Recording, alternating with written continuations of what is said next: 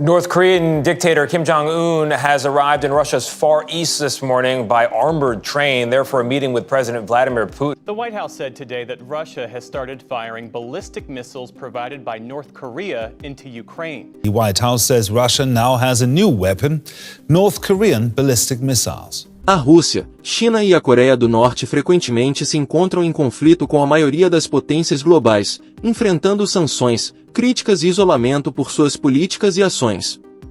Em resposta, esses três países formaram uma parceria estratégica desafiando a ordem global existente. Um aspecto controverso dessa colaboração é o acordo de armas entre a Rússia e a Coreia do Norte, provocando indignação e preocupação internacional, especialmente após alegações recentes contra a Rússia. As alegações envolvem a cooperação da Rússia com a Coreia do Norte para intensificar a guerra na Ucrânia, gerando condenação da comunidade internacional. No Conselho de Segurança da ONU, onde a Rússia possui poder de veto, membros como Grã-Bretanha, França, Japão, Malta, Coreia do Sul, Eslovênia, Ucrânia e Estados Unidos denunciaram a Rússia por 3 ondas de ataques aéreos mortais em 30 de dezembro, 2 e 6 de janeiro. Os ataques, alegadamente utilizando foguetes de combustível sólido KN-23, podem ter causado danos significativos, incluindo a destruição de bases logísticas do exército ucraniano, e caminhões-tanque valiosos que abastecem as linhas de frente.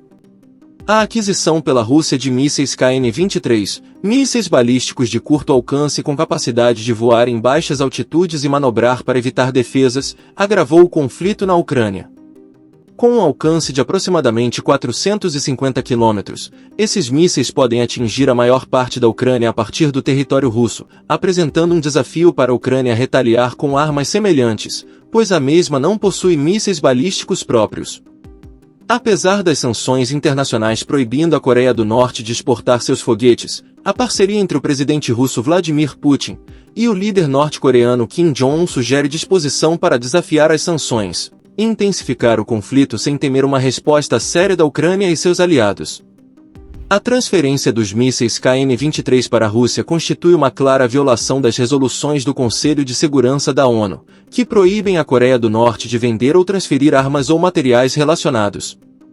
Isso levanta preocupações sobre as implicações do acordo para a segurança e estabilidade regional e global.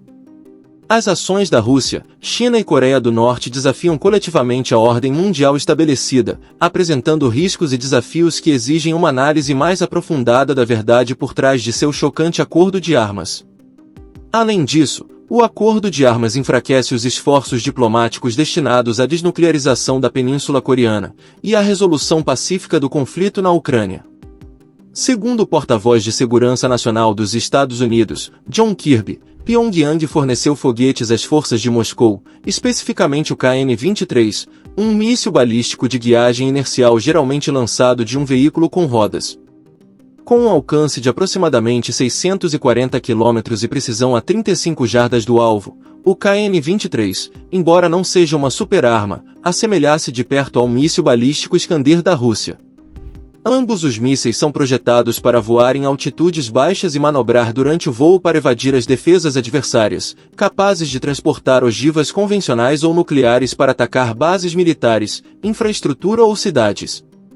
O sistema de defesa aérea principal da Ucrânia, o Patriot PAC-2, fabricado nos Estados Unidos, pode interceptar efetivamente os Iskanders. No entanto, a Ucrânia possui apenas 3 baterias do Patriot, provavelmente implantadas em cidades-chave como Kiev, Odessa e Kharkiv. Isso deixa outras cidades vulneráveis a ataques de mísseis balísticos. Vale a pena ressaltar que a Rússia direcionou seus ataques iniciais com o KN-23 para Zaporizhia, no sul da Ucrânia, uma cidade desprovida de proteção do Patriot. Zaporizhia é um ponto industrial e de transporte, abrigando uma usina nuclear que fornece eletricidade para a região. O objetivo de Moscou é evidente: sobrecarregar a Ucrânia, que tem um suprimento limitado de baterias de defesa aérea e recargas de mísseis, com mais mísseis do que ela pode efetivamente neutralizar. A Ucrânia enfrenta um dilema sério ao lidar com os lançadores KN-23. Atualmente, a Ucrânia possui mísseis balísticos de fabricação doméstica, mas sua capacidade é limitada a aproximadamente 120 km, insuficiente para alcançar as localizações suspeitas dos lançadores dentro do território russo. Kiev assegurou a seus aliados que se absterá de atacar dentro da Rússia com os mísseis de cruzeiro lançados pelo ar, adquiridos do Reino Unido e da França, ou com os foguetes lançados pelo solo obtidos dos Estados Unidos. Embora essas armas possam potencialmente visar os lançadores KN-23, utilizá-las representa o risco de intensificar o conflito e provocar uma resposta mais forte da Rússia. A Ucrânia tem opções alternativas para atacar os lançadores KN-23, mas a viabilidade delas é incerta. A Ucrânia fabrica seus próprios drones de ataque de longo alcance, como o Barakar TB2 e o Neptune, capazes de transportar bombas ou mísseis guiados. Além disso, reutilizou seus antigos mísseis antiaéreos S-200 como armas de ataque de alcance de 480 km, conhecidas como SAPSAM. No entanto, surgem dúvidas sobre a eficácia dessas armas em neutralizar de forma rápida e precisa um sistema KN-23 no solo. A natureza móvel dos lançadores KN-23 permite que eles se movam rapidamente após o disparo. Além disso, há incerteza sobre a capacidade da Ucrânia de detectar um KN-23 antes, ou logo após o lançamento para mirar efetivamente no lançador. A capacidade do KN-23 de voar em altitudes baixas e manobrar durante o voo para evadir defesas de mísseis apresenta um desafio, pois ele pode atingir seu alvo em questão de minutos, proporcionando um tempo mínimo de reação para os ucranianos. Há preocupações de que a Ucrânia não tenha cobertura de radar adequada ou fontes de inteligência para localizar e rastrear os movimentos dos lançadores KN-23. Como uma possível resposta assimétrica, a Ucrânia poderia mirar nas regiões da Rússia dentro da Ucrânia, como a Crimeia, utilizando mísseis, drones ou forças de operações especiais para infligir baixas e dissuadir agressões adicionais.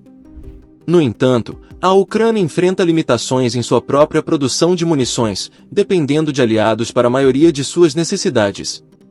Para piorar ainda mais, esses aliados têm sido hesitantes em fornecer armas letais ou impor sanções substanciais à Rússia, enfrentando distrações internas e externas, sendo os Estados Unidos particularmente pouco confiável como um aliado significativo.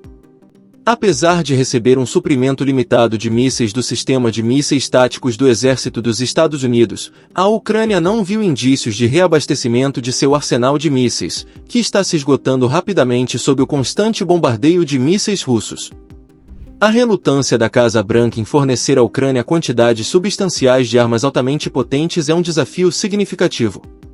A Ucrânia necessita de armamentos mais sofisticados e eficazes, incluindo mísseis antitanque, mísseis antiaéreos e sistemas de guerra eletrônica, para se defender contra a agressão da Rússia.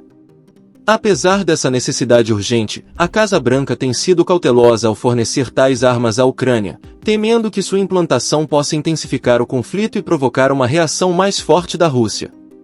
Um obstáculo ainda maior surge dos republicanos pró-Rússia no Congresso dos Estados Unidos, que, por meses, têm obstruído a proposta da Casa Branca de alocar 61 bilhões de dólares para armar a Ucrânia em 2024. Tanto Moscou quanto Pyongyang descartaram alegações de transferências de armas, afirmando que são infundadas e fabricadas. Eles negam o fornecimento pela Coreia do Norte de mísseis balísticos KN-23 para a Rússia, que supostamente são usados em ataques a cidades ucranianas. Em uma reunião do Conselho de Segurança em 10 de janeiro discutindo a situação na Ucrânia, o enviado da Rússia referenciou um oficial não identificado da Força Aérea Ucraniana que, segundo relatos, contradisse as alegações feitas pelo porta-voz de Segurança Nacional dos Estados Unidos, John Kirby. Kirby havia divulgado que Pyongyang forneceu foguetes e lançadores às forças de Moscou. Os Estados Unidos foram acusados de disseminar informações falsas sem verificação adequada, com o embaixador Vasil Nini acusando Kirby de mentir e propagar informações falsas. Além disso, a Rússia alega que os Estados Unidos estão apoiando a agressão da Ucrânia e violando a soberania russa. Em um contra-argumento, o representante alternativo de Washington para assuntos políticos especiais reconheceu que o número de mortos confirmado pela ONU na guerra de quase 2 anos atingiu 10 mil civis ucranianos, incluindo mais de 560 crianças. Ele afirmou que esse número representa o custo humano da invasão e ocupação de partes da Ucrânia pela Rússia, aliada ao seu bombardeio incessante do território ucraniano.